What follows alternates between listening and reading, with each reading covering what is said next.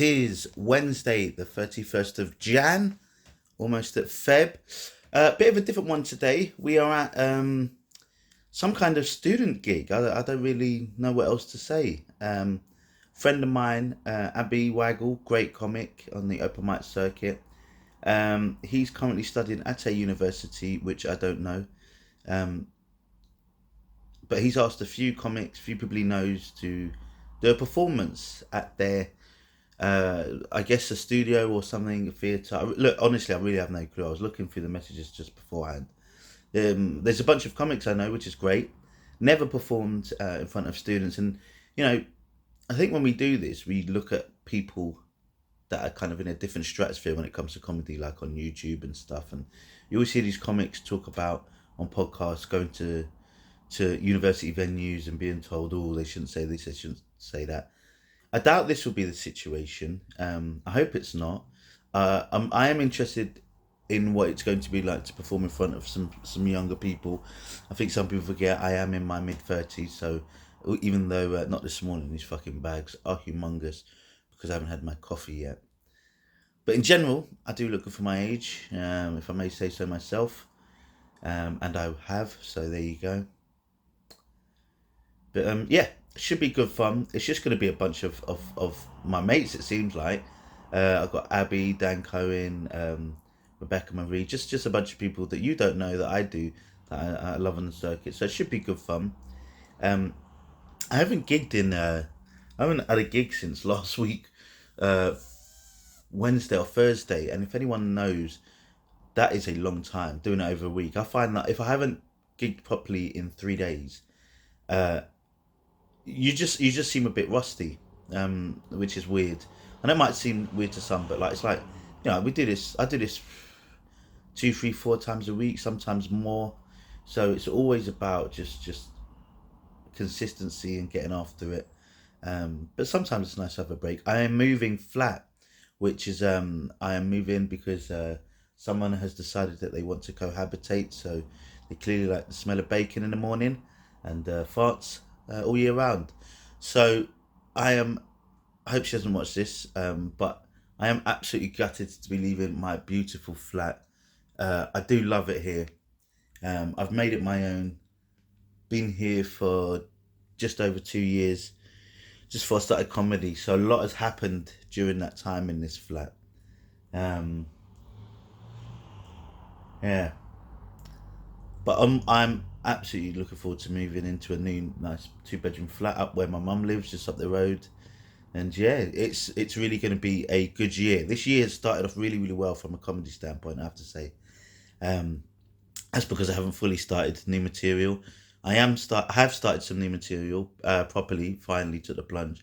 I won't be doing that today. So it will be the same old shit if you're going to watch this.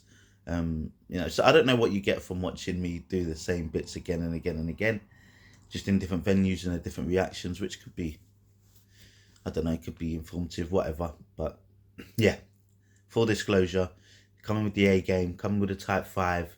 I might start doing more type 5s because leading up to King Gong at the end of February, so I've got a month to do that.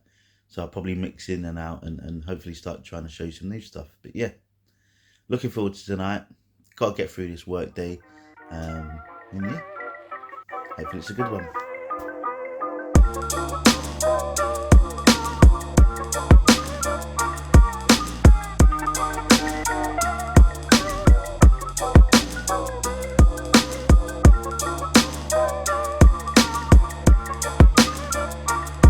Guys, give a big round of applause for Chris Ali.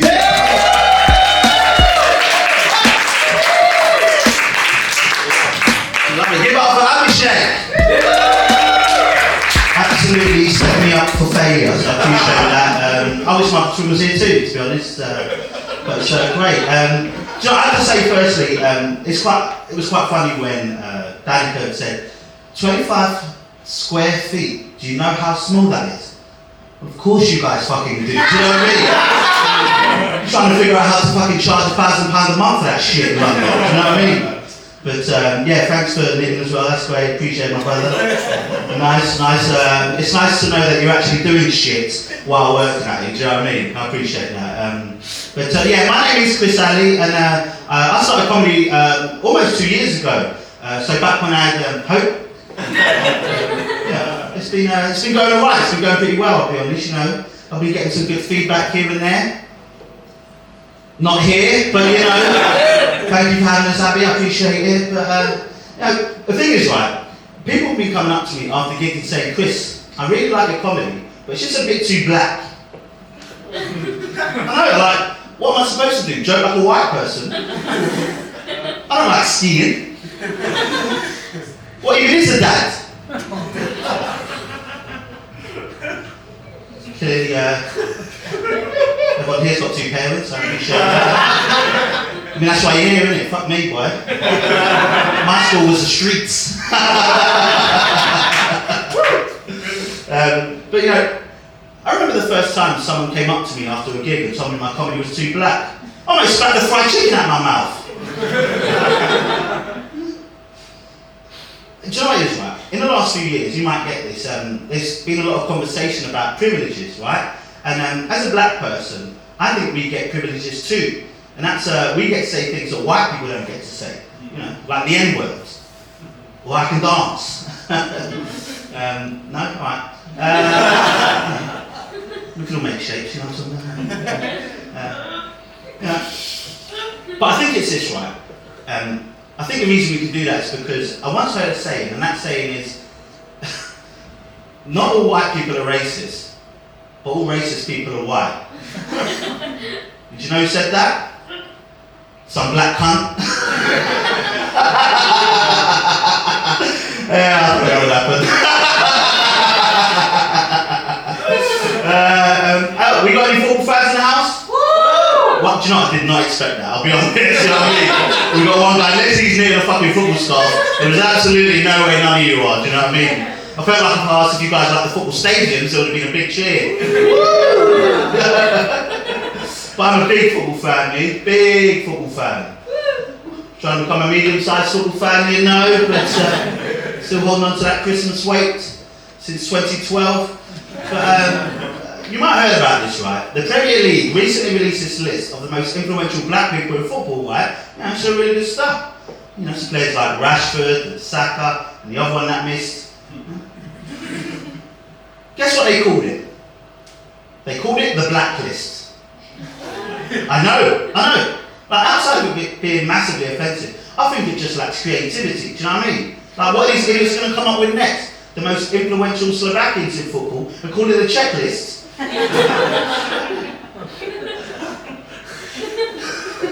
get it, right? You're trying to recognise black people, but you know, coming up with a list of black excellence and calling it a blacklist is almost as bad as making an all-black political party and calling that party slave labour. Oh, that is a good fucking joke. I'll stand by. Look, they turned me off. Fucking too.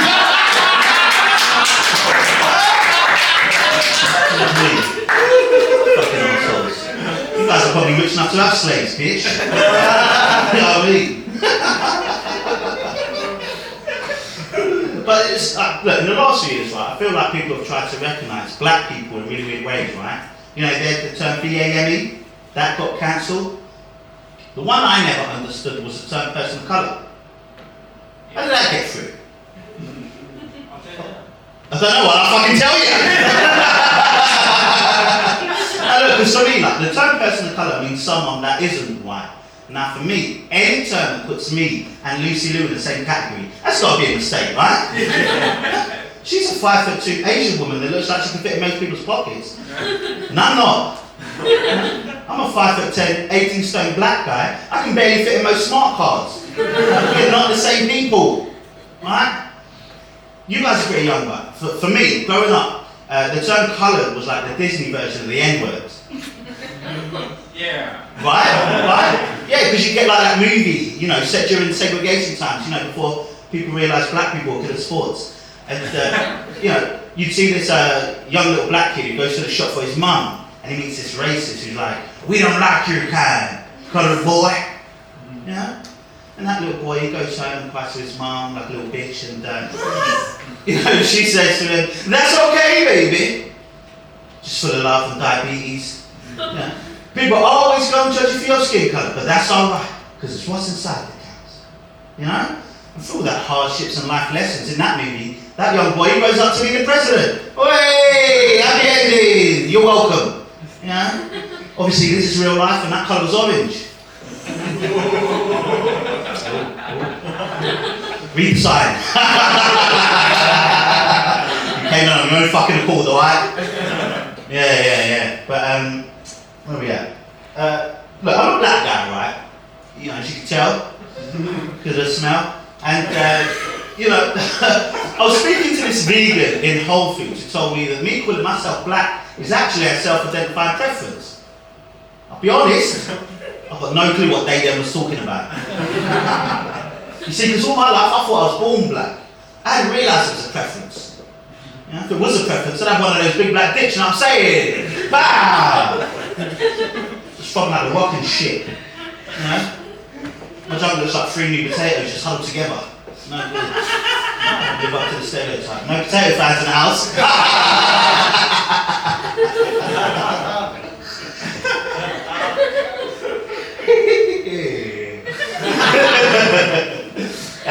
I'll say give you a cheer, put your hands up, do whatever. Did anyone in here grow up with like a bit of an annoying dad? Yeah. Yeah? Must be nice. Practically showing off at this point. No, I grew up with a single mum. Wonderful single mum. Growing up she did all the typical things a dad would do, We go out and play football. She talks about girls, what she calls slay eggs. She even taught me how to shave. I think it's pretty good, It was hard getting there at first, getting between those legs, but hey, come on man, we've all done it, no? I'm a good son. Yeah?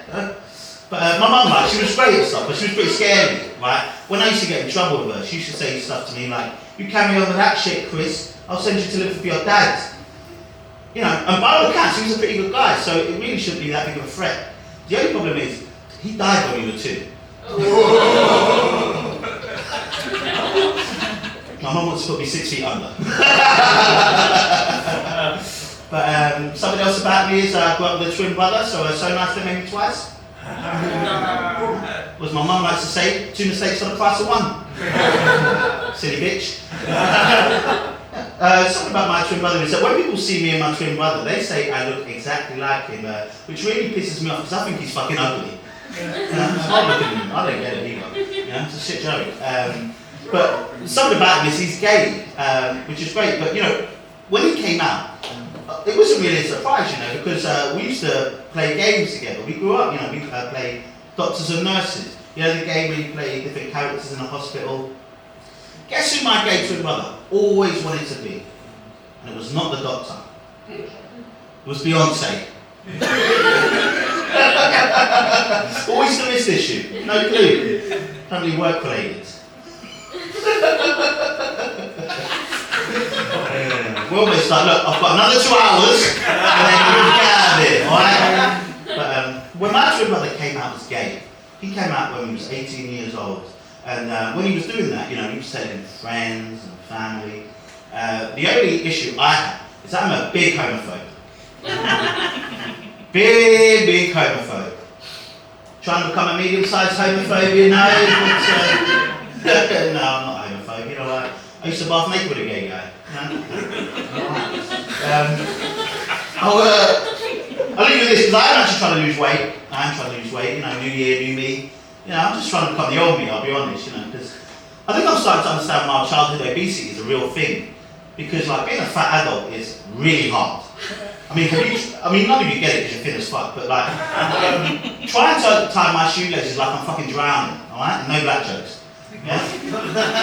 But I tell people I'm trying to lose weight because I'm fat. And people say to me, "Chris, you're not fat, man. Come on, man. You're not really that fat." But I am. Saying I'm not fat is like saying I'm not black because I'm not the colour of Whoopi Goldberg's lips. You know what I mean? Oh! Do you know what? I actually chose to finish with that joke. That's quite funny. Yeah. I feel like it was going right until that point. But the most beautiful thing is you guys have been absolutely wonderful. I've been Chris Sally. Give it up for Abby Sheck. Have a good night. I am home now. Literally in the same spot. Literally like I have not really moved. But fun gig. Really good gig. Bit strange in terms of never have I performed in like, you know, a student venue with young people, and actually there was a bit of a mixture, to be fair. So it was actually really good fun. I ended up being the headliner. I think I got 10 minutes, which was nice. It was a tough room because there wasn't a huge amount of feedback. In the second half, there was less people than there was in the first. So yeah, definitely a bit of a battle up there. But for me, I actually really enjoyed it. I liked what I did. I thought I did well with what was available to me in respects to. I'm speaking to my friend Dan Cohen, who was also on the bill. It was a really fun night because there was a lot of people that I know from the circuit that's there. And we was just talking. And for me, I look at it where, because there's bigger gaps, because there's no laughs, your set gets shorter, but also what it does for you is it gives you an opportunity to practice different things in terms of how do I manifest some laughs out of, if my material's not working, how can I still make it a good show, and how can I still make it productive and practice those bones where it is responding at the moment. Because I think because naturally my shit is ball busting, taking the piss. When I used to do it, it used to, you know, come across as mean, insecure, I think, in some ways. Whereas now, because I've tried it so much and I've tried throwing things out, I think I have a better understanding of how to gauge it, particularly with MCing. That's really helped. You know, look, I'm not saying they were fucking barreling, obviously, but they certainly enjoyed the show. I felt like I had a good time, and I think that I did relatively well because of all those gigs that I've done where it hasn't gone well, in fucking shitty, no feedback places where sometimes you're just you literally got to manifest something out of nothing. And because I've literally just gone out there and tried stuff, I do think I'm getting slightly better at it, if I can say that. And I think that's where you see these comics who are much more comfortable, that are much more seasoned when it's not going well, or particularly when you're trying new material, because it doesn't hit as hard and it's not as powerful, and you're still trying stuff. Trying to actually still be someone that can get laughs and impress and perform well when your material's not working, I think is so key to being a good comic, I reckon. In my humble fucking opinion. I ain't even done 200 gigs and I'm talking like I fucking know. I think I've done 200. Anyway, good gig. This is the first one of 3 in a row. I don't do these vlogs every day, so you probably won't see it. But yeah, good night overall. Good learning lesson, good environment. Nice to throw in a couple gigs randomly, which you're not used to, because you can get, you know, the open mic circuit is very good, but it's very samey, and you're going to go to the same gig. So when someone offers you something that is just random, always take it. Always take it, because it breaks the monotony. It gives you something to look forward to. You know, I always say with the open mic, it's about getting your reps in and practicing. So when there is a particular venue or there's a new night and you think, all right, let me try and put my best stuff out there, it's useful to know. Yeah, it's useful to know. Maybe don't gauge everything on a night like tonight, but certainly use it as a platform to say, all right, if I go to a gig next time that is similar, can I do something? I promise you, if you think about it that way, you'll probably be a bit more successful in some form or fashion. But yeah, good night. Just finished my food in a microwave because I'm trying to get off these takeaways, trying to become a medium-sized comedian. If I can do my own shit joke again. Yeah. I don't know, but I'm going to roll up, eat up, and go to bed. On to the next one.